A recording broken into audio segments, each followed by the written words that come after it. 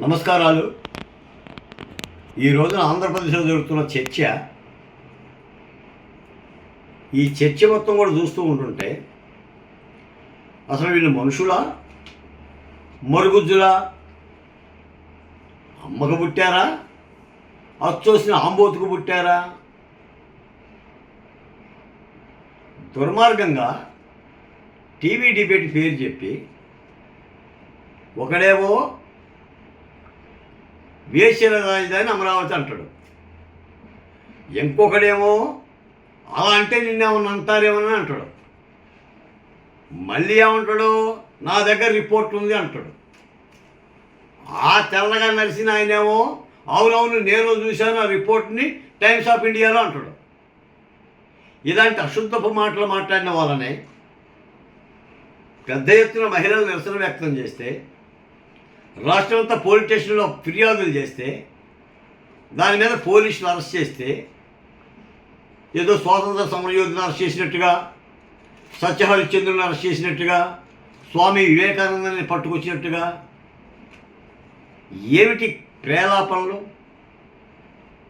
దీనికి రాజకీయాలు కావాలా? దీనికి మేధావులు ముసుగు కావాలా? దీనికి పాత్రికేయం కావాలా? అన్నమే తింటున్నావా? అశుద్ధం తింటున్నావా? ఈ రోజున కేఎస్ఆర్ని అరెస్ట్ చేస్తే ప్రజాస్వామ్యం కూని అయిపోయిందా? ఆంధ్రప్రదేశ్లో రౌడీ రాజ్యం జరుగుతుందా?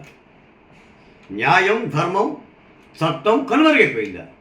జగన్మోహన్ రెడ్డి గారు మీ 5 ఏళ్ల పరిపాలనలో ధర్మం 4 పాదాలు నడిచిందా? న్యాయం నాట్యం చేసిందా? ధర్మం వికటట్టహాసం చేసిందా?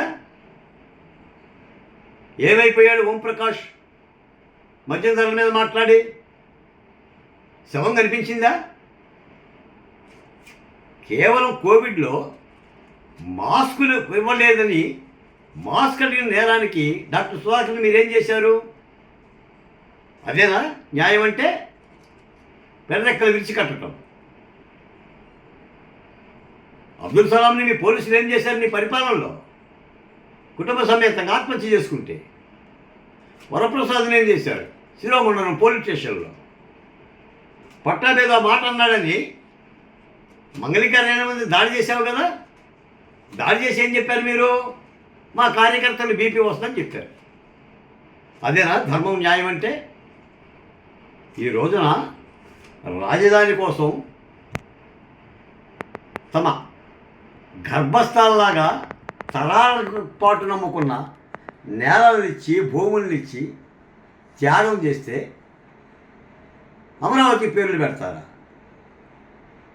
వేశ్యల రాజధాని అమరావతి. మరి మీరు ఎక్కడున్నారు 5 ఏళ్ళు? ఆ రాజధానిలోనే ఉన్నారా? మీ వైసీపీ మంత్రులు ఎక్కడికి వచ్చారు?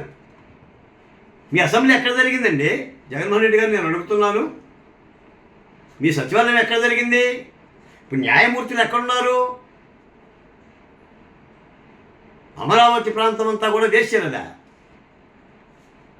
తప్పుని ఖండించలేనప్పుడు, తప్పు చేసిన వాళ్ళని శిక్షించాలి అని చెప్పి అడగలేనప్పుడు దానికి రాజకీయాలు దేనికి? అవసరమా? ఒక్కొక్కరు ఎప్పటికీ కూడా చర్చల్లో కూర్చొని, టీవీ డిబేట్లో కూర్చొని ఏదేదో మాట్లాడుతున్నారు.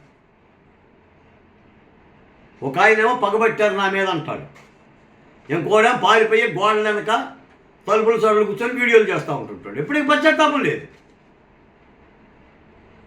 ఈ రాష్ట్రం ఏమైపోవాలి? అసలు అమరావతి అంటే అంత గద్దల్లో ఉనికేంటి? బతికేది అమరావతి మీద. పరిపాలన జరుగుతుంది 8 ఏళ్ళుగా అమరావతిలోనే. నాడు, నేడు, రేపు. దీని మీద ప్రభుత్వం తప్పనిసరిగా స్పందించాలి. భవిష్యత్తులో కూడా ఇలాంటి వ్యాఖ్యలు రాకపోకుండా ఈ సంఘటనతో ఒక పరాకాష్ఠగా భావించి పుల్ స్టాప్ పెట్టాలి.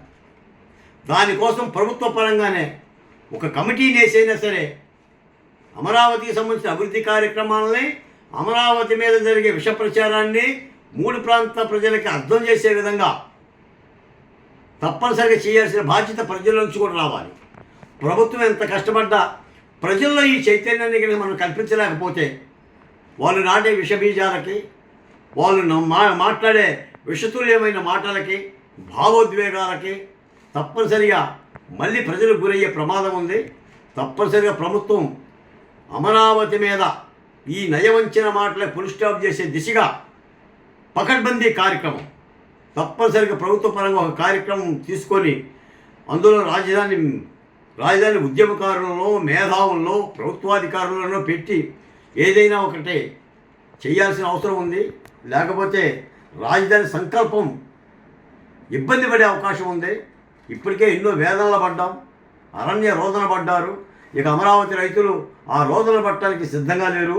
తప్పనిసరిగా ఈ సంఘటన పరిష్కరించుకొని ముఖ్యమంత్రి చంద్రబాబు నాయుడు గారు చాలా సీరియస్గా, చాలా సూక్ష్మంగా చర్య తీసుకోవాల్సిన అవసరం ఉందని ఈ సందర్భంగా ప్రభుత్వాన్ని కోరుతున్నాను.